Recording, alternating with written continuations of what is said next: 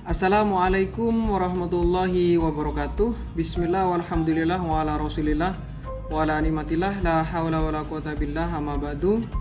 Baik, perkenalkan nama saya Muhammad Farul Razi, NIMT 2018 1152 kelas PI 4. Teman-teman, saudara-saudara sekalian, di sini saya akan menjelaskan terkait dengan menghayati fungsi hadis terhadap Al-Qur'an. Nah, itu. Yang pertama, fungsi hadis terhadap Al-Qur'an, bahwasanya memang Al-Qur'an dan hadis Rasulullah adalah dasar dari pengetahuan Islam. Nah, sunnah Rasulullah yang diberitakan dan diinformasikan melalui hadis tentu memiliki fungsi terhadap pemahaman dan penafsiran Al-Qur'an.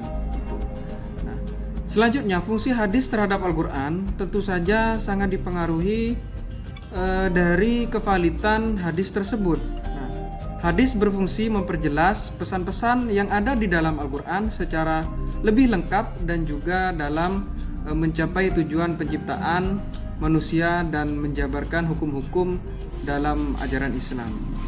Nah, menafsirkan dan memfungsikan hadis tidak bisa sembarangan dan harus dilakukan oleh seseorang atau individu yang benar-benar ahli dan memiliki ilmu pengetahuan terkait dengan Al-Qur'an hadis itu. Selanjutnya yaitu mari kita bahas terkait dengan fungsi hadis terhadap Al-Qur'an. Nah, di sini ada beberapa macam. Yang pertama yaitu bayan at-takrir. Nah, bayan at-takrir adalah menetapkan juga memperkuat dari apa yang sudah diterangkan di dalam Al-Qur'an. Nah, di sini hadis berfungsi untuk membuat kandungan Al-Qur'an semakin kokoh dengan adanya penjelasan hadis tersebut. Nah, contoh fungsi ini seperti sebuah hadis yang telah dijelaskan bahwasanya qala Rasulullah sallallahu alaihi wasallam. Nah, ini contoh lain dari bayan at-takrir, yaitu sabda Rasulullah, tidak diterima sholat seseorang yang berhadas sampai ia berwudu. Hadis riwayat Bukhari dan Abu Hurairah. Nah, hadis ini mentakrir atau menetapkan dan menguatkan firman Allah Subhanahu wa taala dalam Al-Qur'annya surah Al-Maidah, yaitu yang berbunyi a'udzubillahi minasyaitonirrajim bismillahirrahmanirrahim. Ya ayyuhalladzina amanu idza qumtum ilas sholati faghsilu wujuhakum wa aydiyakum ilal marafiqi wamsahu biru'sikum wa arjulakum ilal ka'bain.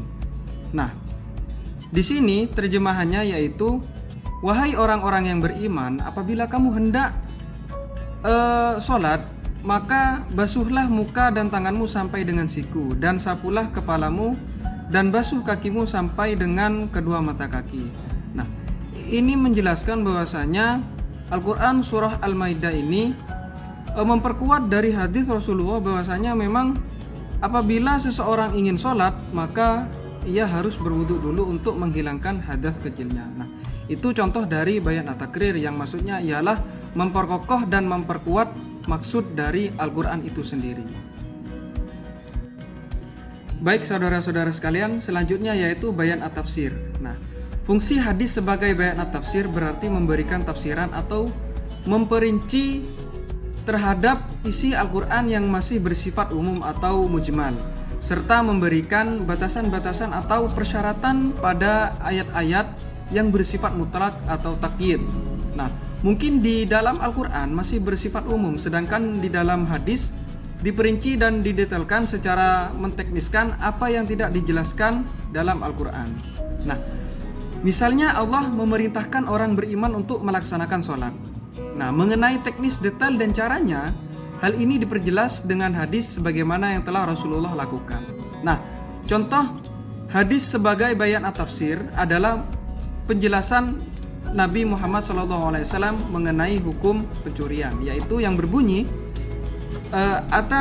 ata bisa riki faqata'a yadahu min mifsalil kaffi, yang mana artinya Rasulullah SAW didatangi seseorang yang membawa pencuri, maka beliau memotong tangan pencuri tersebut dari pergelangan tangan. Nah, hadis ini menafsirkan firman Allah Subhanahu wa taala yang terdapat di dalam Al-Qur'an surah Al-Maidah ayat 38 yang berbunyi a'udzubillahi minasyaitonirrajim, bismillahirrahmanirrahim, wasariqu wasariqatu faqata'u aydiyahuma jazaa'an bima kasaba nakalam minallah. Yang mana artinya, saudara-saudara sekalian, yaitu laki-laki yang mencuri dan perempuan yang mencuri, potonglah tangan keduanya atau sebagai pembalasan bagi apa yang mereka kerjakan dan sebagai siksaan dari Allah.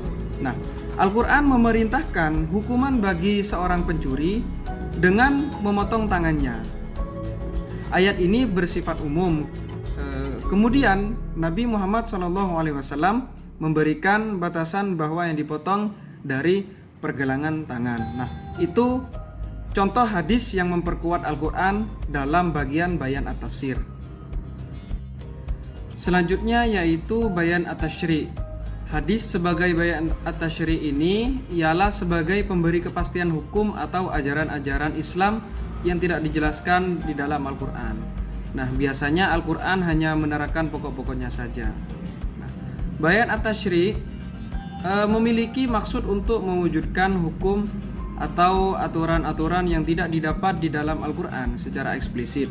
Nah, hal ini berfungsi untuk menunjukkan suatu kepastian hukum dengan berbagai persoalan yang ada di kehidupan namun tidak dijelaskan di dalam Al-Quran. Nah, itu salah satu penjelasan terkait bayan at-tashri'.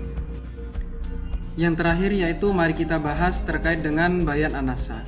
Nah, secara etimologi an-nasah memiliki banyak arti, diantaranya yaitu at-taghyir yang mana artinya mengubah, al-ibtal membatalkan, at-tahwil memindahkan, atau izalah yaitu menghilangkan. Nah, para ulama mendefinisikan bayan an-nasah sebagai ketentuan yang datang kemudian dapat menghapus ketentuan yang terdahulu, sebab ketentuan yang baru dianggap lebih cocok dan pas dengan lingkungannya dan lebih luas. Seperti salah satu contohnya hadis, yaitu yang artinya tidak ada wasiat bagi ahli waris. Nah, hadis ini menasah Al-Quran surah Al-Baqarah ayat 180 yang mana artinya yaitu diwajibkan atas kamu apabila seseorang di antara kamu kedatangan tanda-tanda kematian.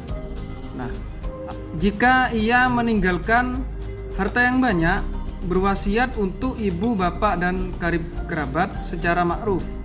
Nah, ini adalah kewajiban atas orang-orang yang bertakwa.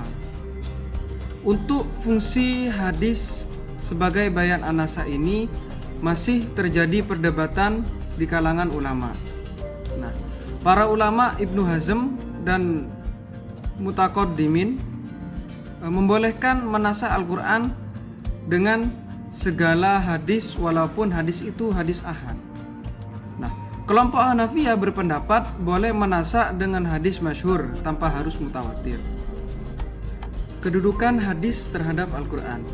Al-Quran sebagai sumber pokok dan hadis sebagai sumber kedua mengisyaratkan pelaksanaan dan keyakinan terhadap Allah dan Rasul-Nya yang tentang dalam dua kalimat syahadat.